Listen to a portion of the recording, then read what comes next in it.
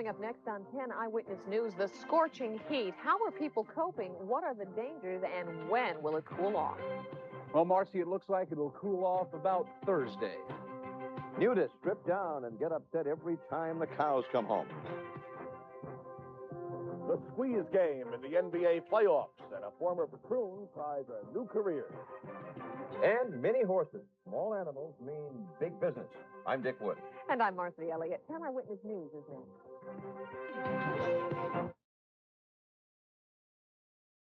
TV 10 is right at home. This is 10 Eyewitness News with Dick Wood, Marci Elliott, WeatherPlus with Joe Sottile, Steve Shapiro with sports, and the 10 Eyewitness News team.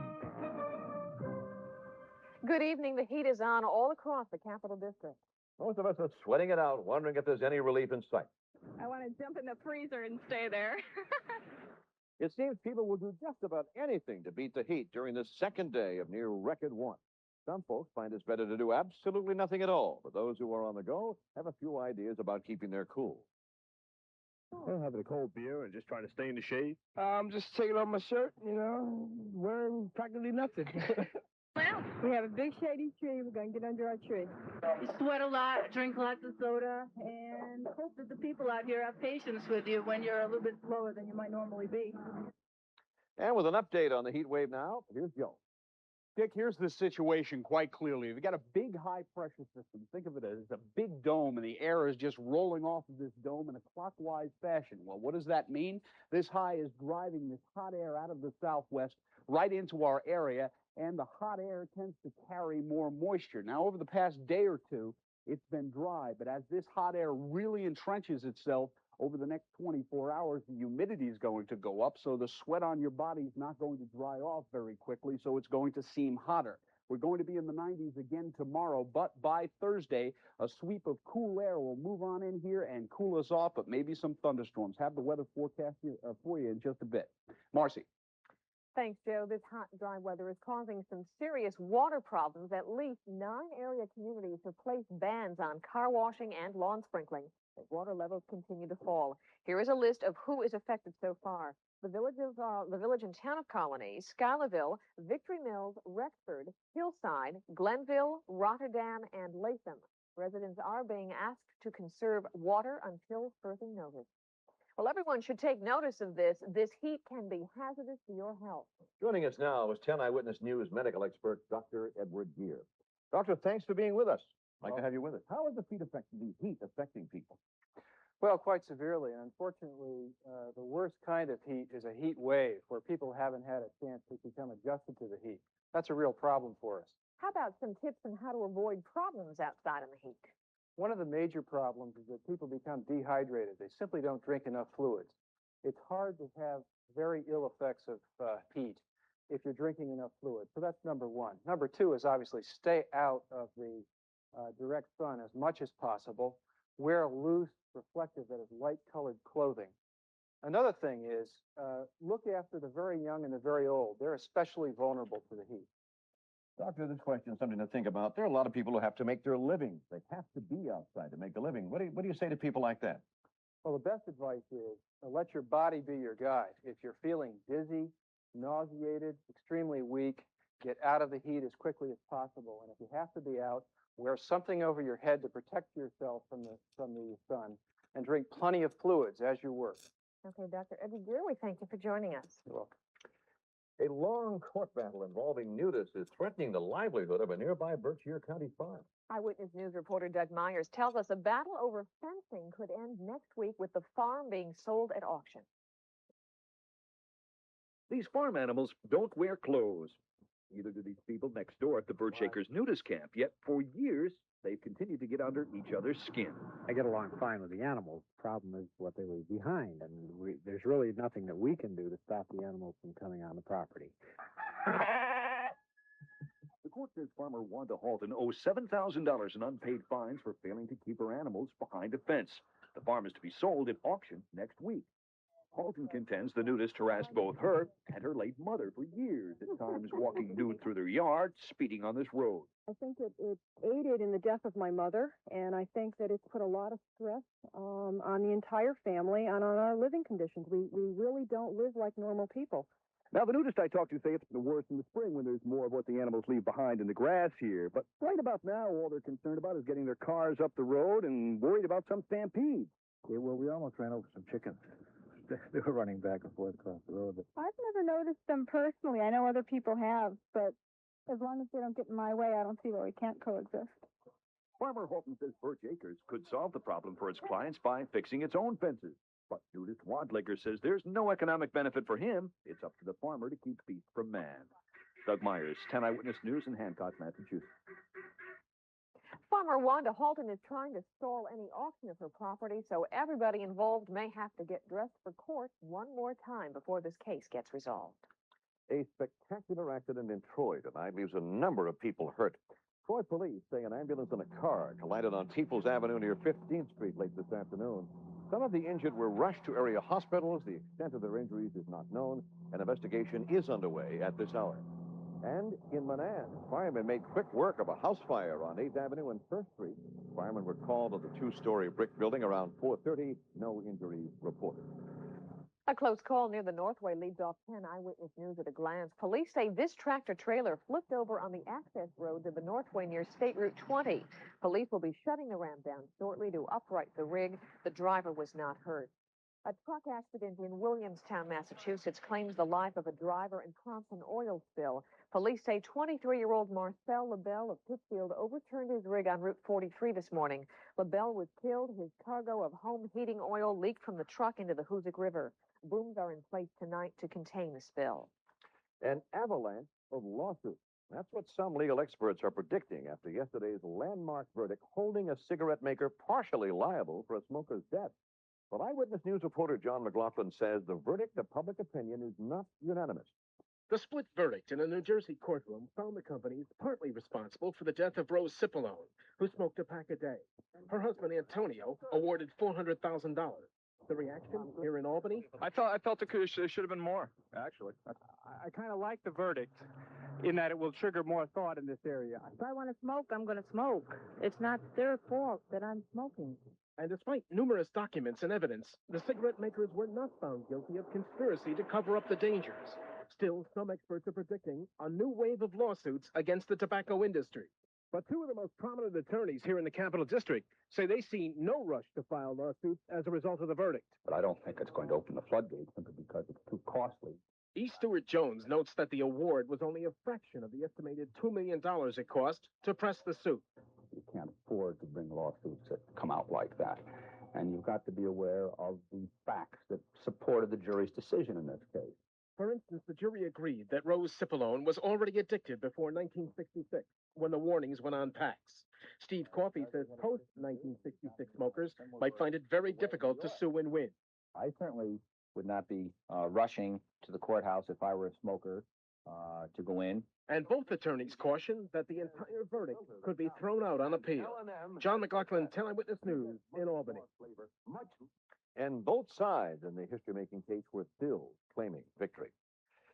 Well, it will be lights out tonight for some residents in Manans. Niagara Mohawk will shut off power to residents living in the southwest corner of Manans tonight from 8 to 8:30.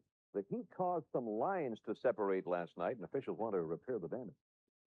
You say you're fed up with this heat. Well, believe it or not, Eyewitness News reporter Kim Adams says it could be worse.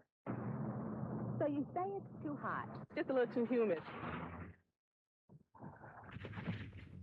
And who wants to drive in this heat?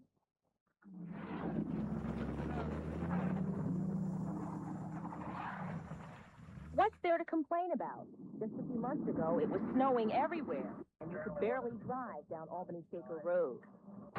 And highways that are today covered with traffic were only covered with snow. So you still don't like the heat?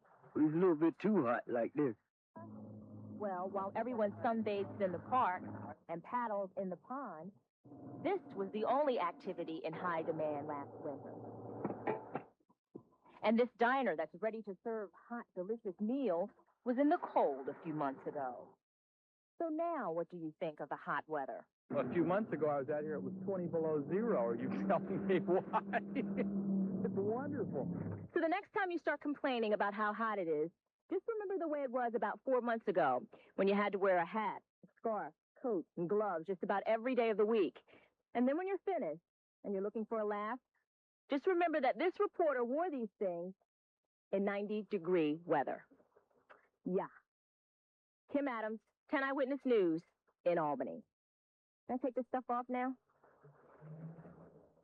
Yes, you may, Kimberly. Well, Joe will check the sultry forecast later in the show. Can't believe she did that, that poor girl. That's reporter involvement. Better believe it. Some Schenectady residents are a little hot under the collar concerning their cars. That's coming up on 10 Eyewitness News. Plus, a horse in your living room, maybe sitting on your lap.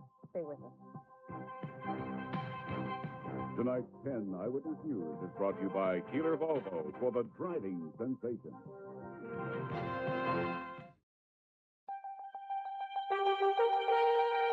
Coming up, the wheels of a cleanup campaign are turning. If you own a junk car in Schenectady, this is your last chance to get rid of it without having to face fees and fines. Could have some real problems. Eyewitness News reporter Pauline Liu takes a look at the city's junk car amnesty program. It's junk car heaven for these jalopies. The city's decided it's had it with junk cars. So for this month and this month only, the city will have your junk car towed for free, and Schenectadians are all for it. It's bad for kids because the kids crawl up under them, they jump on top of them, they break the glass, they can get cut with the glass. And why don't you want them around your neighborhood? Because it looks bad, that's why. For every junk car that's been towed away, there are many more out on the streets. City officials point to this lot in Hamilton Hill to show how the problem's gotten out of hand. The property we're standing on right now is city property with, we counted half a dozen abandoned cars. No license plate, no registration. City's going to have to tow them away. Why are there so many of these cars on the streets? Police say it's because there's no money in junk cars. And it costs the towers a considerable amount of money and time, effort, labor to strip the cars and to take them to a crusher to have them crushed. So the money isn't in the business anymore, and therefore we're left with a vehicle. After this month, junk car violators could face fines of up to $250 or 15 days in jail. So many people are taking advantage of this chance to get rid of their jalopies. Pauline Liu, 10 Eyewitness News, Schenectady. And in just a couple of weeks, the city has already towed nearly 200 junk cars. Now, if you'd like some more information, how about this? Contact the city's traffic division at 382-5213. Well, afraid it's going to get worse before it gets better. Joe, is there any relief? Yeah, Marcy, there is some. The only problem is it's not going to get here until about Thursday. I'll be back with the forecast, the all-important forecast, when we get back. So stay with us.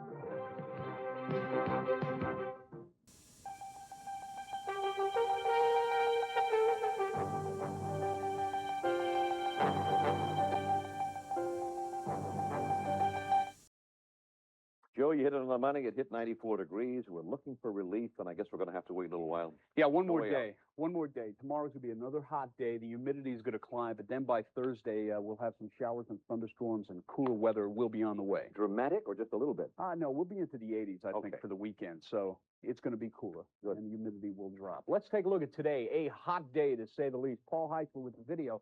94 degrees, the high temperature reading, the record high 96. We were 2 degrees away from tying it. That stands, and it's been standing since 1892. 39, the record low in 1970. You got partly sunny skies right now, a temperature reading of 93 degrees, humidity at 30%, the barometer holding steady at 30.14. Actually, it's rising. The wind is out of the west at 9 miles per hour, and no precipitation today. If you're sneezing, the pollen count real high, 104, and grass, the big problem. Temperatures real hot still around the Capital District in the low 90s, 92 up in Glens Falls, Poughkeepsie, 91. Cool down in Providence, 89 degrees. Get the pets indoors, folks. It's hot for them, too. Don't chain them outside. And if you have to leave them outside, give them some water, will you? Satellite picture, look at this, nice and clear in the eastern United States. Some thunderstorms now rumbling through the plain states. That's the leading edge of the cool air that'll be cooling us down for Thursday. We had one big high. Now it's had some children, a couple other highs, just pumping that warm air on in here. And boy, it is hot to say the least. Up close and personal, this is the way it looks. Clear for the most part. but record highs. Look at this. Newark, 99. That ties the record high for Newark Airport today in the 90s. Binghamton, Syracuse, and Rochester all set record high readings for today. That high just sits there and pumps that warm air on in here, but again, by Thursday, cooler air moving on in. The forecast map for tomorrow morning shows that high still sitting there, but watch by tomorrow afternoon. This cold front will make some progress. Still a southwest flow, humidity on the way up, but as this front approaches, maybe some thunderstorms and cooler air by Thursday. Here's the forecast then for the Capital District for tonight, fair and mild with a low temperature reading of 63 degrees, winds out of the west at 5 to 10 miles per hour. And then for tomorrow, sunny, hot, and more humidity with a high temperature reading of 96 degrees, southwesterlies at 10 to 15. Tomorrow night, partly cloudy, low 62. And then for Thursday, partly cloudy, not as hot, with a chance of a shower or a thunderstorm in the afternoon, high 87 degrees. Over in the Berkshires for tonight, fair skies, low 60, southwesterlies. Tomorrow, sunny, hot, and humid with a high temperature reading of 92 degrees. Winds will be southwest at 10 to 15 miles per hour. The extended outlook, some showers also on Friday with a high temperature reading of only 80 degrees. Saturday, partly sunny, nice day, 82 degrees. And then for Sunday, showers and a chance of thunderstorms with a high temperature reading of 83 degrees. So it's going to stay warm for tomorrow. Speaking of warm and outdoor activities, that's what our community calendar has to do with tonight. So let's take a look at it. Brooks Chicken Barbecue, the 17th of June from 3:30 to 7 o'clock at the Jefferson School in Rotterdam. There's the number for tickets, and all the proceeds go to build a new playground at the Jefferson School. And Marci is the honorary chairperson of this event. So get on in it. Very good. All right. Thank you, Jim. You're welcome. A former platoon star will now give coaching a try. Bob Lawson with that and all the day's sports when we come back.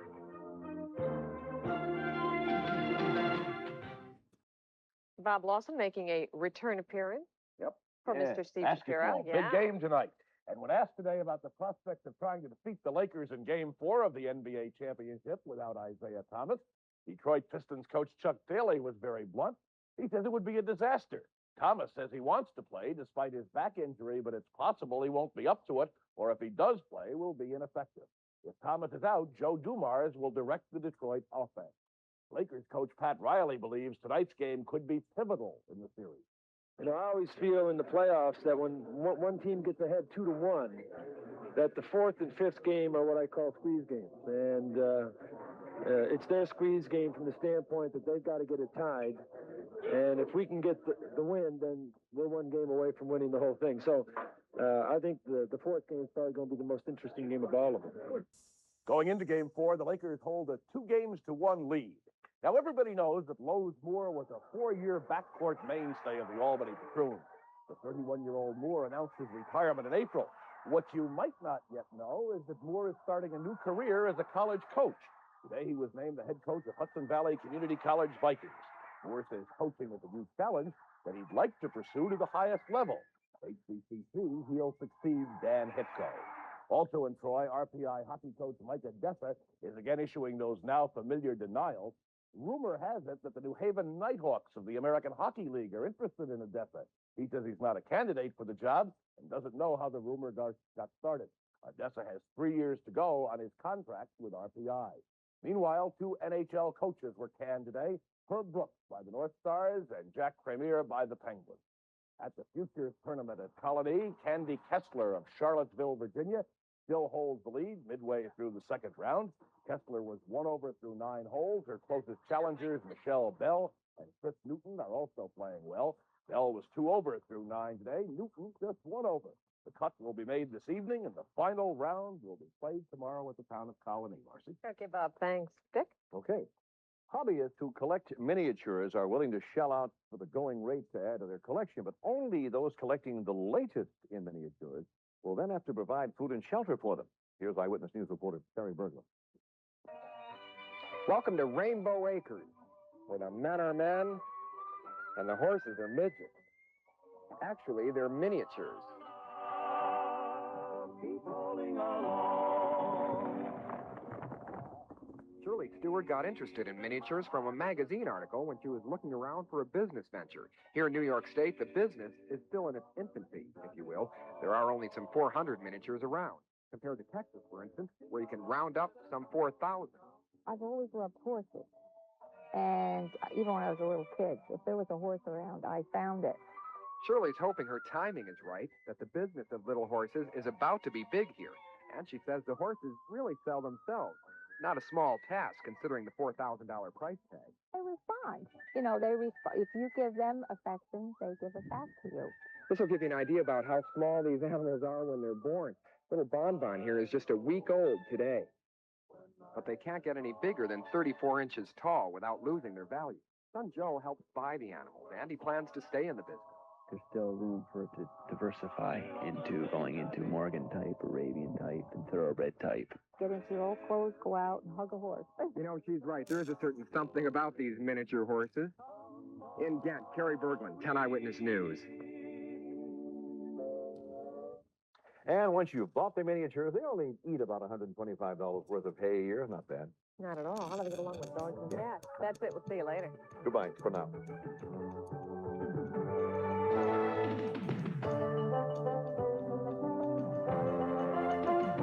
When you see news in the making, call the 10 Eyewitness News line at 462 WTEN. The following is a TV10 editorial. Here is Ralph Vartigan, WTEN editorial director. Schenectady and Saratoga counties have been dealt a severe blow by the State Hospital Review and Planning Council. It has refused approval for Ellis to perform open heart surgery. At the same time, it approved the application of Albany St. Peter's Hospital, even though the Albany Medical Center Hospital, about a mile away, performs that type of surgery and has been approved for expansion of services. 2 in Albany, none to serve Schenectady and Saratoga County bypass patients. That doesn't seem to make much sense to us. Ellis officials tell us they feel the council's decision was based on 1986 catheterization figures. But up-to-date projections for this year reveal catheterizations will total about 900. Dr. John Nolan, Ellis cardiologist, says state health guidelines indicate that any lab doing 750 caths per year should have a bypass unit. If Ellis patients have to be referred to either Albany Hospital, it puts that much more of a strain on their facility and creates an even greater backlog of patients. State Health Commissioner Dr. David Axelrod will have the final say on this issue. TV10 recommends he either reverse the ruling of the council in favor of Ellis